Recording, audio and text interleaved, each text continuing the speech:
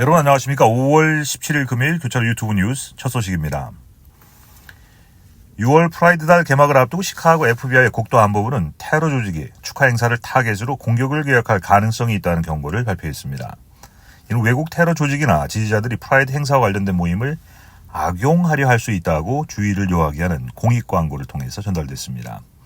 시카고 프라이드 축제는 매년 100만 명 이상의 사람들이 참여하는 대규모 행사로 올해는 안전 문제로 인해서 퍼레이드 참가 인원을 제한하기로 결정했습니다. 과거의 공격 사례를 염두에 두고 경계를 높일 필요가 있습니다. 시카고 FBI는 현재 구체적이고 실행 가능한 테러 위협은 없지만 대중이 공개 행사를 관람할 때 경계를 유지하도록 장려하기 위한 정기적인 노력의 일환이라고 밝혔습니다. 시카고 시의원 바이런 시그초 로페즈는 극단주의 단체가 동성애 커뮤니티를 위협하고 있다고 말하며 시카고는 혐오 발언을 용납하지 않는 도시임을 강조했습니다. 시카고 시민들은 테러 위협에도 불구하고 프라이드 행사를 통해서 다양성과 포용성을 축하할 의지를 보이고 있습니다. 레이 카운티 교통당국은 5월 말에 레이쿡 로드 북쪽을 따라서 1마일 길이의 공영 도로에 대한 두 가지 대안을 공유할 예정입니다. 이 프로젝트는 스코키 밸리 길의 끝과 하일랜드 파크, 노스브룩 빌리지의 시카고 보타닉 가든 입구를 연결하는 것입니다. 현재 레이쿡 로드 남쪽 대부분은 쿡카운티 산림보호구역 소유의 보타닉 가든 재산으로 연방 환경법에 따라서 도로 경로는 북쪽에 배치될 예정입니다.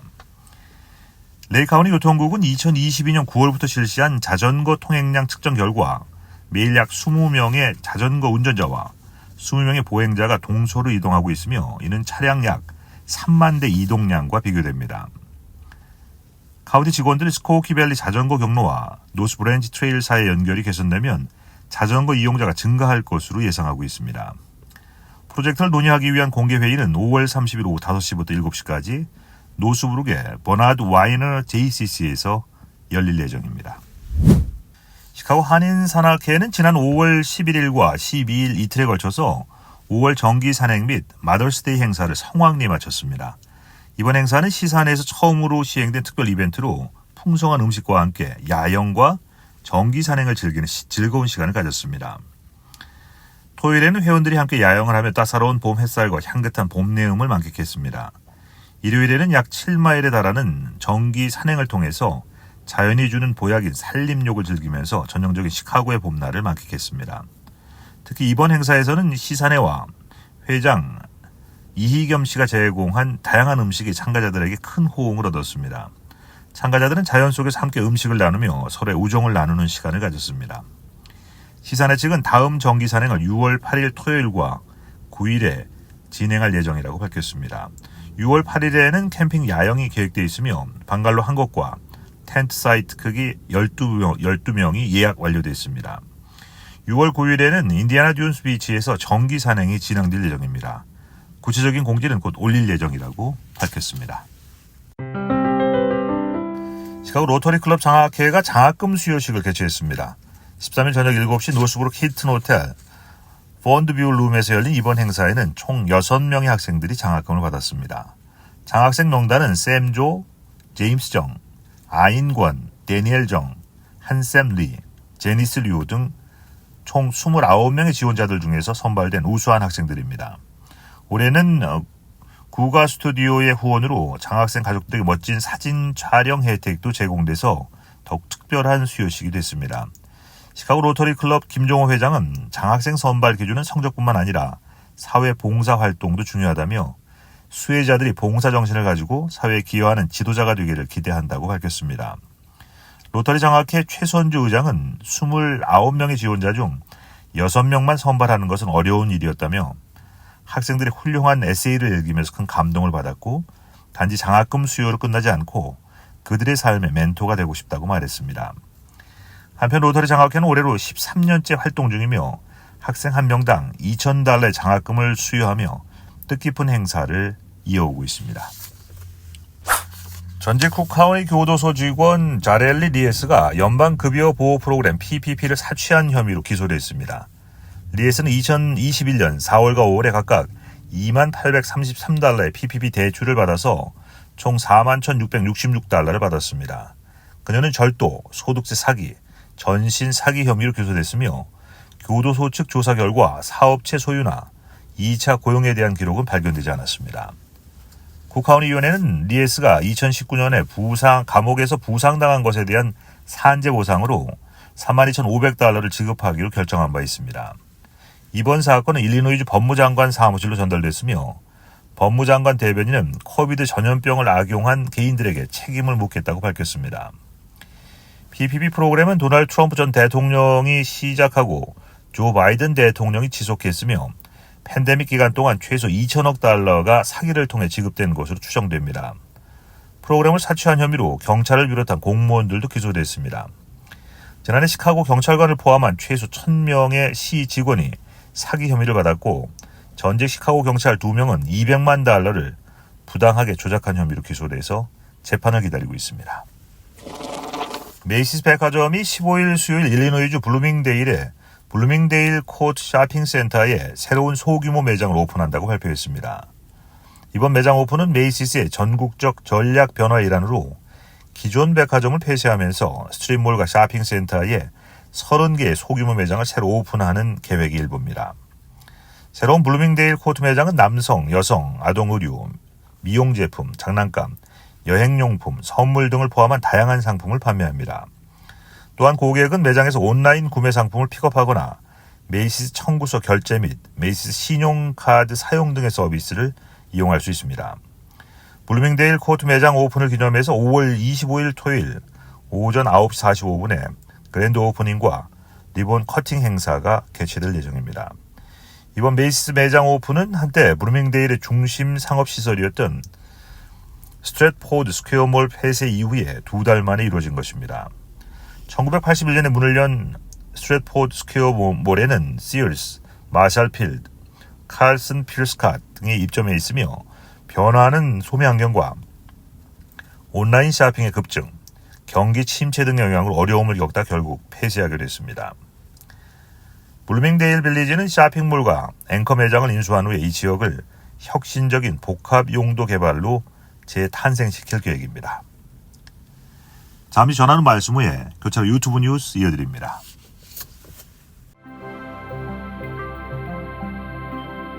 시카고가 최근 2024년 빈대 감염이 가장 심각한 상위 5개 도시 중에 하나로 선정되는 불명이 많았습니다.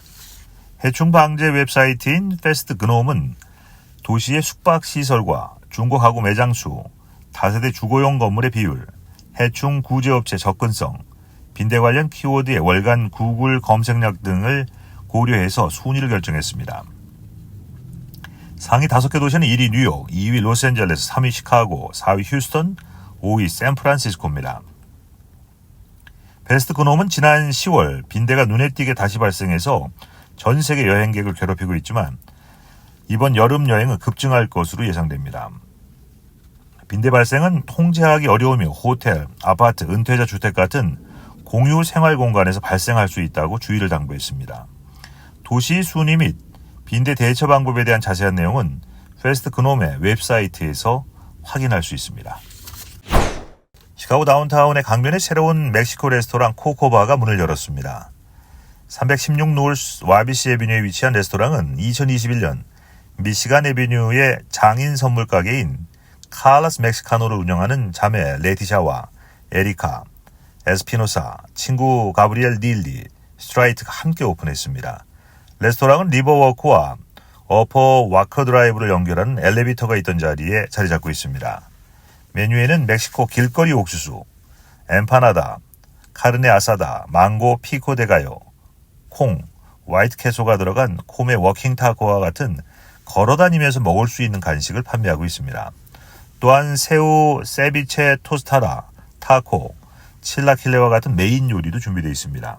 코코바는 멕시코 전역에 수많은 소규모 장인을 보유한 칼라스 멕시카노의 비즈니스 모델에 따라서 멕시코의 소규모 생산자를 소개하는 것을 의도적으로 선택했습니다.